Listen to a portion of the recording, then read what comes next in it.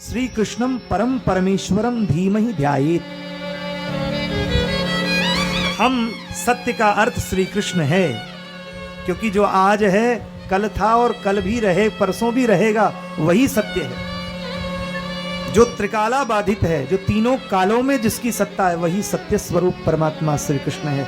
इसलिए सत्यम सच्चिदानंद स्वरूपम श्री कृष्णम परमेश्वरम धीमहि ध्यायेम। हम ऐसे भगवान सच्चिदानंद के चरण शरण को ध्यान करते हैं। भगवान श्री कृष्ण को सबसे अधिक सत्य सत्य कह के पुकारा गया है। ये भागवत जी में आगे कहा गया है कि सत्य व्रतम सत्य परम त्रिसत्यम सत्यस्य योनिं निहितं च सत्ये सत्यस्य सत्यम मृतनेत्र सत्यम सत्यात्मकं त्वां शरणं प्रपन्ना। हे सत्य स्वरूप परमात्मा, हे सत्य नारायण परमात्मा, आपकी सदा जय हो जय हो। हे सत्य सत्य सत्य कहा है। 3 बार सत्य सत्य कहने का मतलब यह है त्रिकाला बाधित सत्य है, सत्य था और सत्य रहेगा। इसलिए भगवान को प्रणाम करते हैं। गोविंद जब देवकी मां के गर्भ में आए तो शास्त्रकार कहते हैं सब देवताओं ने भगवान कृष्ण की स्तुति की और वहां सत्य सत्य कह के बुलाया। ये कृष्ण स्तुति गर्भ स्तुति में पहली स्तुति सत्य व्रतम सत्य परम त्रिसत्यम, आगे हम लोग श्रवण करेंगे कृष्ण जन्म से पूर्व। तो देवताओं ने भगवान कृष्ण को बार बार सत्य कह के पुकारा। इसलिए भगवान श्री कृष्ण कैसे हैं? बोले जन्माद्यस्य यतः, क्या बोले अद्यस्य जन्माद विकार रहितस्यापि यत्र यतः यत्र वासुदेव गृहे जन्मः। मतलब जो भगवान अजन्मा हैं, जिनका जन्म नहीं होता है, क्या होते हैं? भय प्रगट गोपाला दीन दयाला यशुमत के हितकारी।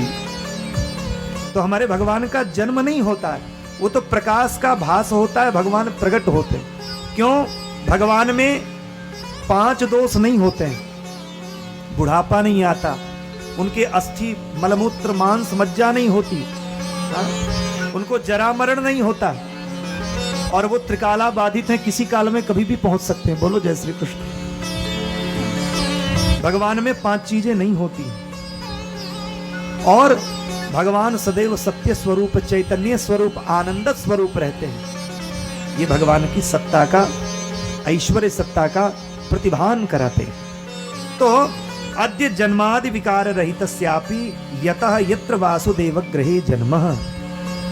जो भगवान अजन्मा हैं, आदि अंत से परे हैं, परमात्मा भक्तों को परमानंद प्रदान करने वाले हैं। इसलिए परमानंद प्रदान करने के लिए वासुदेव के गृह में जन्मे, घर में जन्मे।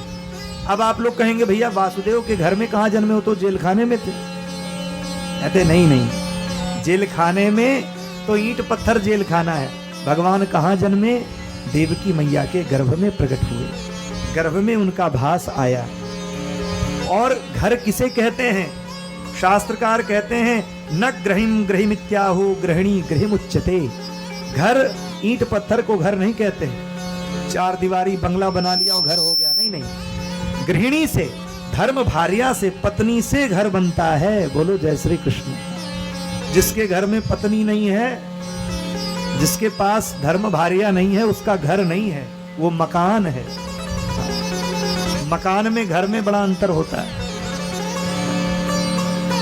तो कहें कि वासुदेव पत्न्या देवक्याम, देवकी वसुदेव जी की पत्नी है, उनके गर्भ में जन्मे, उनके यहाँ जन्मे, इसलिए जन्माद्यस्य यतः।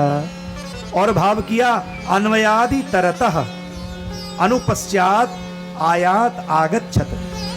जन्म लेते ही जो भाग गए, इतरतः कहां चले गए? बोले इतरतः गोकुले। जन्म लेने के बाद वसुदेव जी ने सूप में बिठा करके और यमुना पार करके कहां पहुंचा दिया? गोकुल में। तो इतरतः चले गए गोकुल में। ऐसे गोकुल धाम वासी भगवान कृष्ण को हम प्रणाम करते हैं। फिर कहा अर्थेषु अभिज्ञ, अर्थेषु बोले अर्थेषु कंस वंचनादि प्रयोजनेषु अभिज्ञ निपुण। जो कंस को भी पता नहीं चला कि कब प्रकट हुए कब चले गए कुछ पता ही नहीं चला। कंस तो द्वारपालों को लगाया था कि जैसे ही बालक जन्म ले तो तुरंत बताना।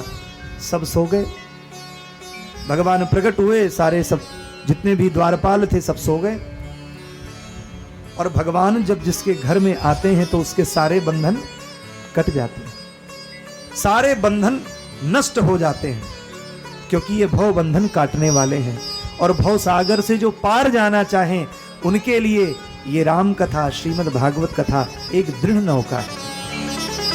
गोस्वामी जी तो लिखते हैं, भव सागर चाह पार जो पावा, भव सागर चाह पार जो पावा, भव सागर चाह पार जो पावा, भव सागर चाह पार जो पावा, राम कथा ताकह दृढ़ नावा, राम कथा ताकह दृढ़ नावा, राम कथा ताकह दृढ़ नावा, राम कथा ताकह दृढ़ नावा, भव सागर चाह पार जो पावा, भव सागर चाह पार जो पावा, चाह पार जो पावा, चाह पार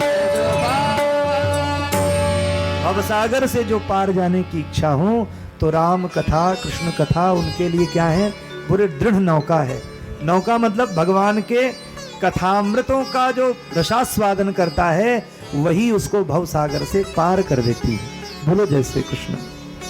जैसे वैतरणी गोपद सिंधु अनल शीतलाई, जैसे गोपद होता ना गाय का खुर इतना छोटा होता, इस तरह से जो वैतरणी बड़ी विकट नदी है वो भगवान की कथा सुनने मात्र से गाय के खुर के बराबर पार करने वाली हो जाती है, आदमी पार कर ले जाता तुरंत। तो श्रीमद् भागवत के दिव्य प्रथम श्लोक के प्रथम स्कंद के प्रथम श्लोक की व्याख्या करते हुए श्री प्रभुपाद कहते हैं, बड़ा सुंदर श्रीधर स्वामी ने बड़ा सुंदर कहा कि अर्थेषु कंच वंचनादि प्रयोजनेषु अभिज्ञ निपुणः। जो हमारे कन्हैया इतने कुशल हैं कि मामा कंस के बंदी गृह में कब निकल गए, कब गोकुल भाग आए, मामा कंस को भनक तक नहीं लगी, इसलिए अर्थेषु अभिज्ञ कहा। और तेने ब्रह्म हृदय आदि कवये स्वराट कहा। स्वराट क्या हो गया, बोले स्वेसु गोपेसु राजते शोभते इति स्वराटः। गोकुल में आकर अपने मित्र श्रीदामा मधुमंगल ग्वाल बालों के बीच गोपवेश बना के सुशोभित हुए, इसलिए इनको कहा स्वराट तेने ब्रह्म हृदय। वारे मेरे कृष्ण कन्हैया इतने स्वराट लग रहे हो, इसलिए इस श्लोक के इस भाव में स्वराट का दर्शन कराया। फिर कहते हैं तेने ब्रह्म हृदय आदि कवये मुह्यन्ति यत्सूरयः। आदि कवये ब्रह्मणे ब्राह्मणम विस्मय पतुम, बड़े मने ब्रह्मा जी को भी विस्मय हो गया। वत्सादि रूपम तेन विस्तरितवान, तनु विस्तारणे धातु से विस्तरितवान भगवान ने कर दिया, अपने को इतना विस्तार कर लिया ब्रह्मा जी को भी लगा ये कृष्ण है, ये भगवान है। जिन प्रभु ने ब्रज में आकर ऐसी लीलाएं की, विचित्र लीलाएं की, देख करके चतुर्मुख ब्रह्मा जी के अभी चारों मुख घूम गए। बोलो जय श्री कृष्ण, व्यामोहित हो गए। गोप ग्वालों के बीच में जंगल में बैठ के भगवान जूठा मीठा खा रहे। श्रीदामा मधुमंगल से अचार लिया, अन्य गोपों से किसी से आम का अचार मुरब्बा लिया, कहीं उंगलियों में सब लगा लगा के चाट चाट के खा रहे हैं। ब्रह्मा जी का दिमाग घूम गया, ये ब्रह्म है।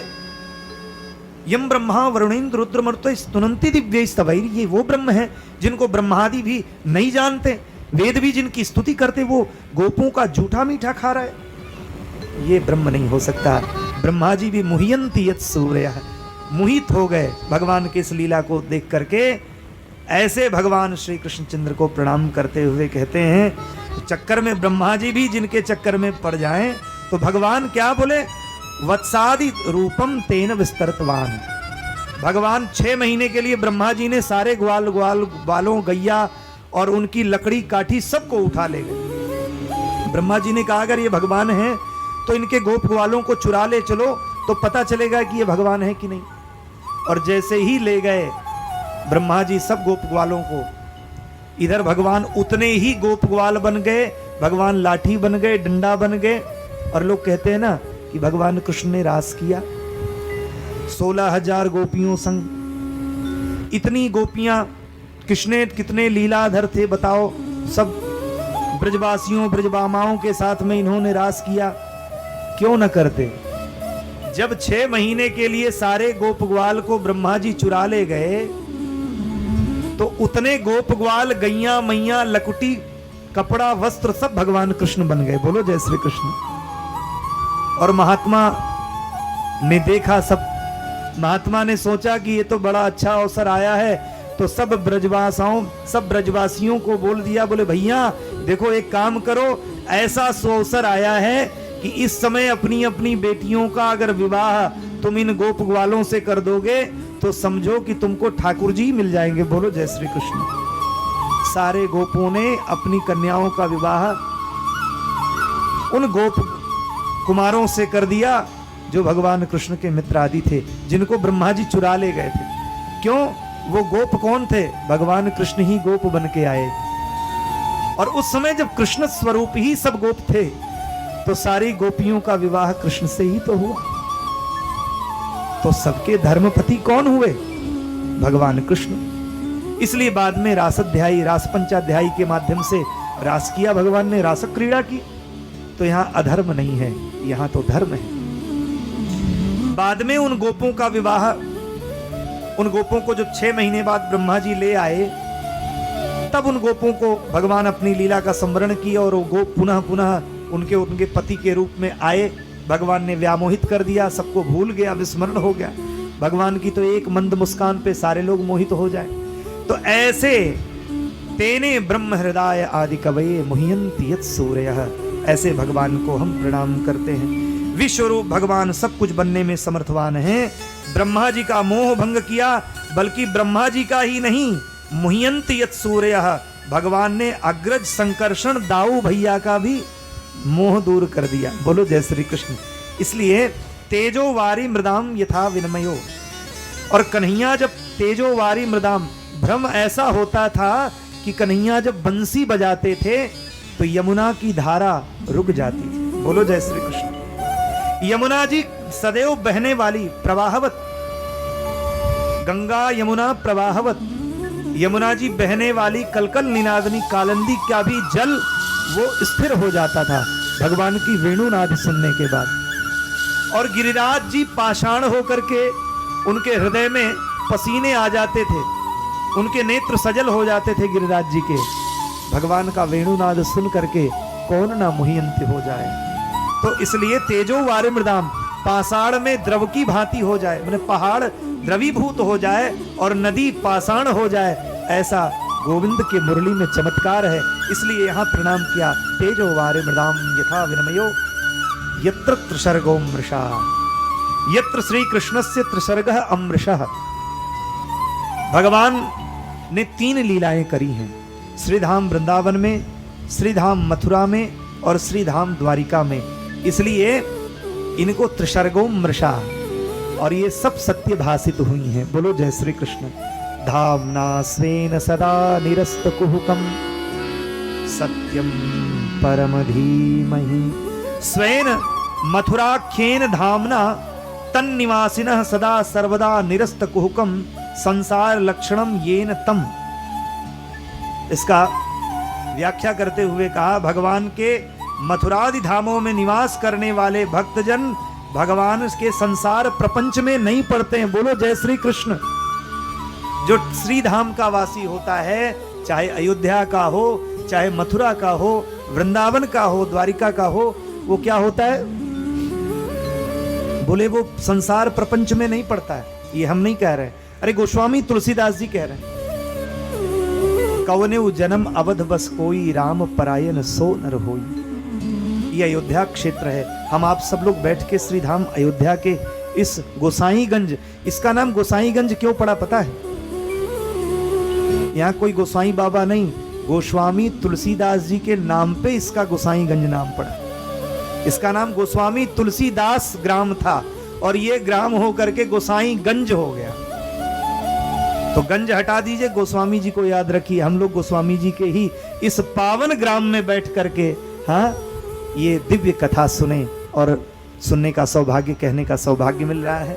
इससे बढ़कर के क्या हो सकता है। महापुरुष जब कुछ कर जाते हैं तो बाद में स्मरण होता है कि हाँ ये कर गए।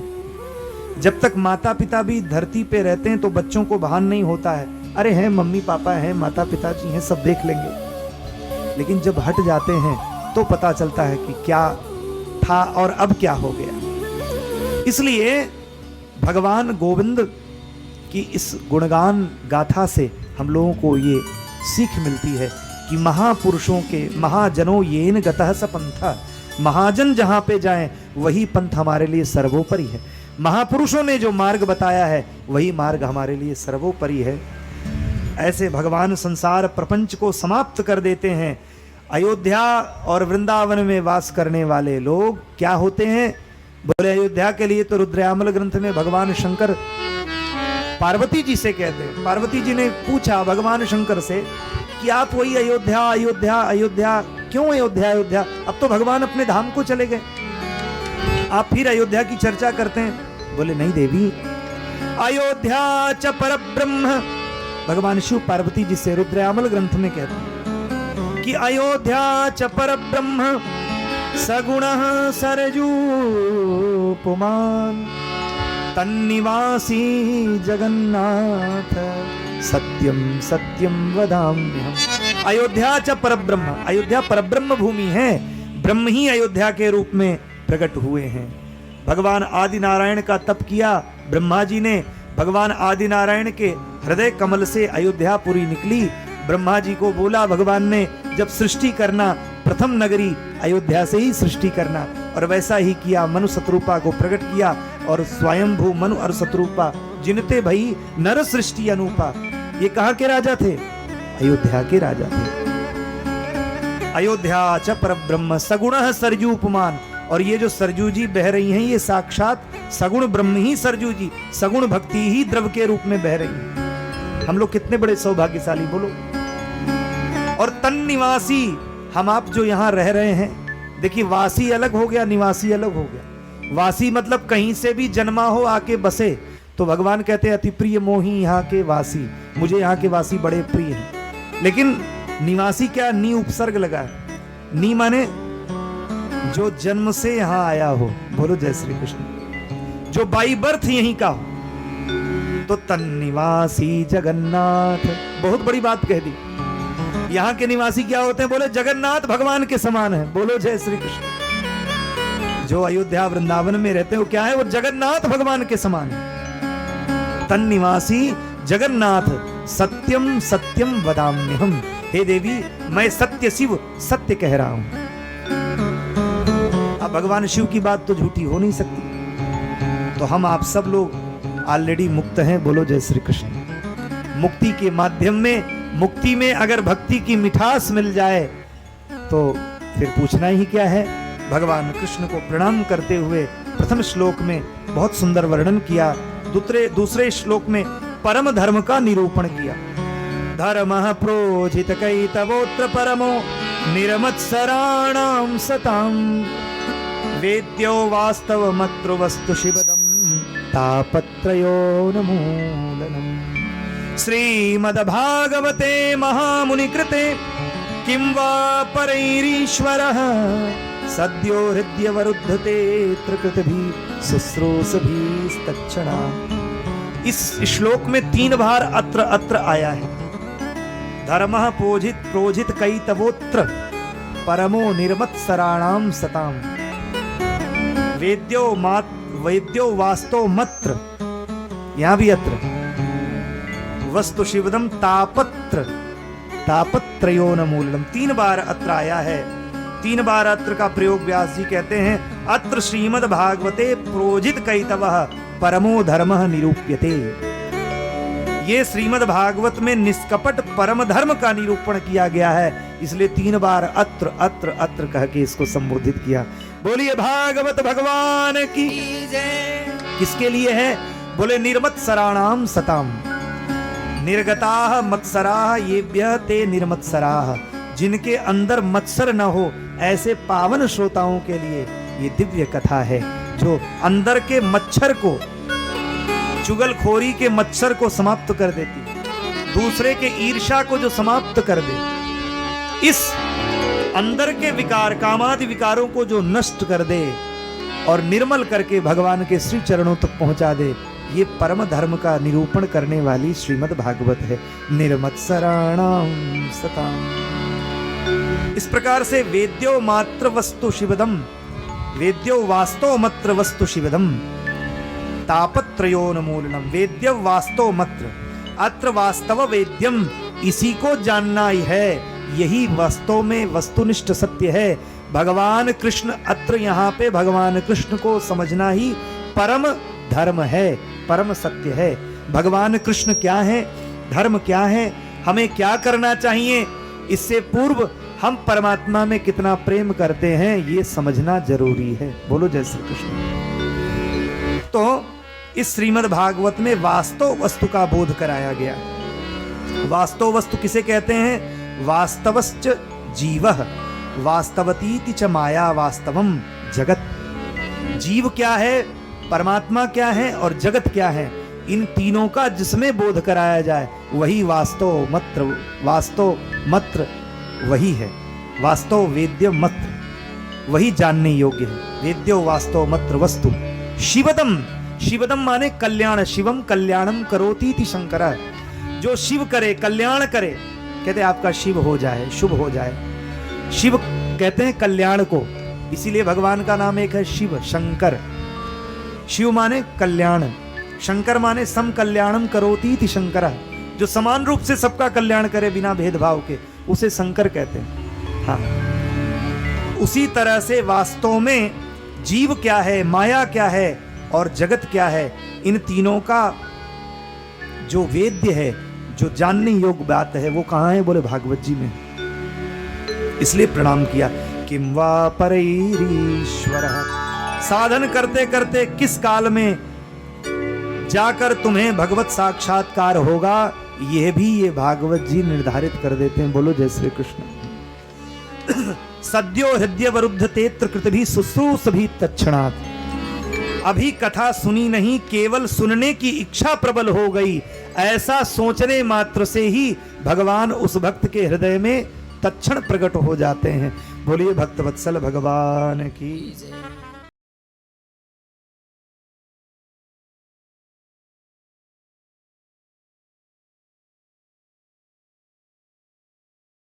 आनंद टीवी से जुड़ने के लिए आप हमें व्हाट्सएप करें 9277395752 पर।